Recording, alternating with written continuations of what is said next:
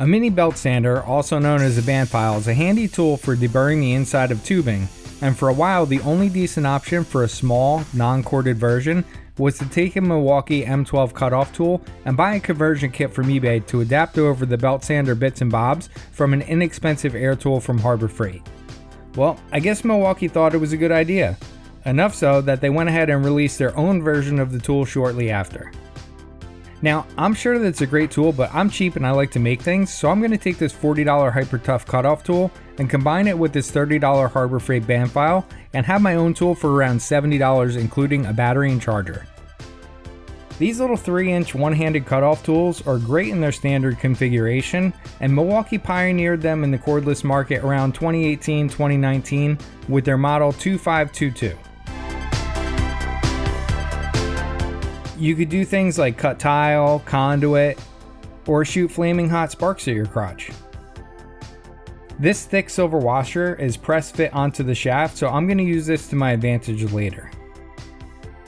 The first company to popularize the mini belt sander was Dynabrade with their air-powered Dynafile back in the rock and roll mutton chop days of 1971. They're arguably the best, and sometimes being the best comes with a hefty price tag. A similar sized 13-inch Dynafile is nearly $700 new. The bandfile part of the tool is held on with a single cap screw, and it's a clamp-on fit to the body using this shoulder. So that's what I have to replicate on the cutoff tool.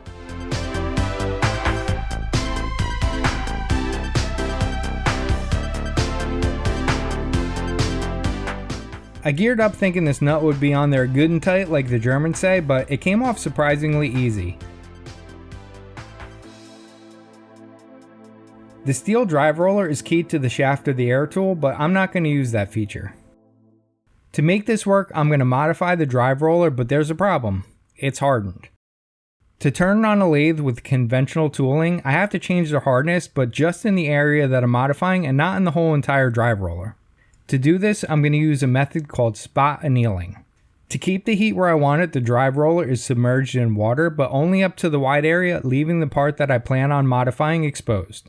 I'm using just a regular propane torch, and the goal is to get it to around 600 dungarees Frankenstein or about 315 dingleberry cilantro.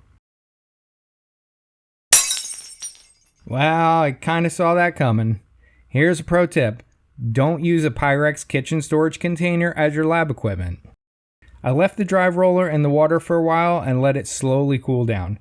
If I'd have quenched the area that I heated, I'd run the risk of possibly hardening it again.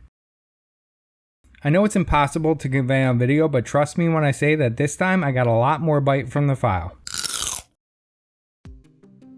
I don't quite have the right size of aluminum, and to be honest, it's not really needed for this part, so I turned to one of my favorite materials to machine, acetal. Acetal is sometimes referred to as Delrin, and it's an extremely tough plastic that machines easy, and it's definitely tough enough for this project. I need to create a shoulder similar to the one from the Milwaukee conversion kit that I showed you in the beginning of the video.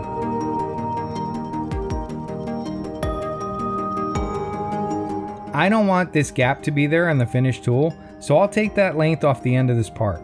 The way the collar butts up to the front face means that this end can overhang and hide what's underneath. I obviously need to make some mounting holes in the part, and the washer that held down the blade guard makes the perfect template.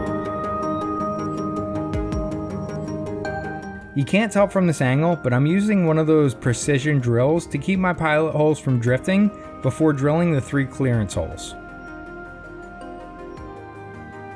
I want the counterboard to have a flat bottom, so I took a brand new one of those impact ready drills, you know, the ones that have a shank that's adapted to fit a 1/4-inch hex, and I ground the tip flat and put some clearance in it. Okay. Since a flat tip drill would be kinda hard to center, I'm using a regular drill that's slightly undersized to get the hole started before the final counterbore.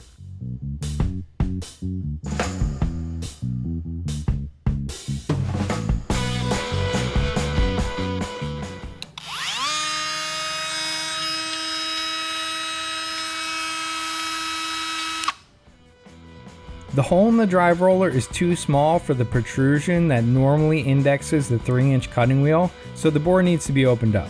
I don't have soft jaws for this lathe, and even though the roller's hardened, I don't want to take the chance of marking it up, so I slipped it into a piece of 1-inch copper pipe.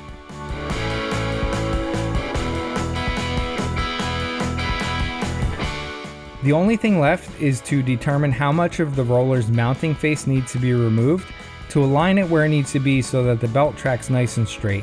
Lucky for me, the roller sits flush with the tool, so I just needed to copy that and make it fit the same.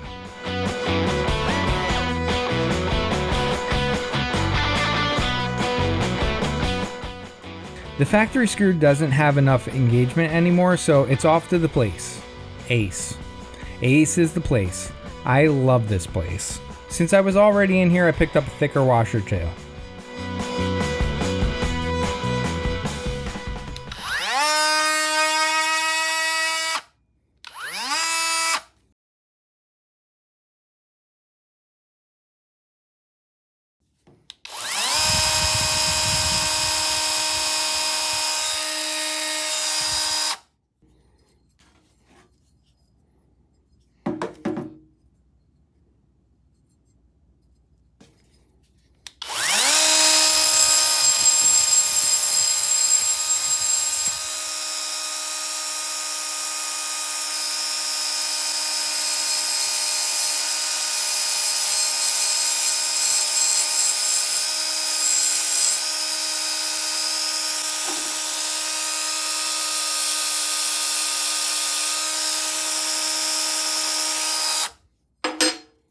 I kind of feel like it's missing something.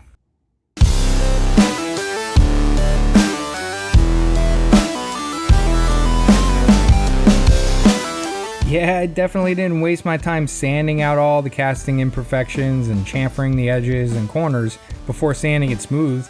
It's just a tool, right? I mean, I'd have to be crazy to take the time to sandblast it and powder coat it when that kind of stuff really doesn't matter. Anyway, thanks for coming along with me on this project. If you have any questions, feel free to ask them down in the comments. Let me know if you have a use for a tool like this and what you'd use it on. Keep grinding away on those projects, stay lucid, and I'll see you next time.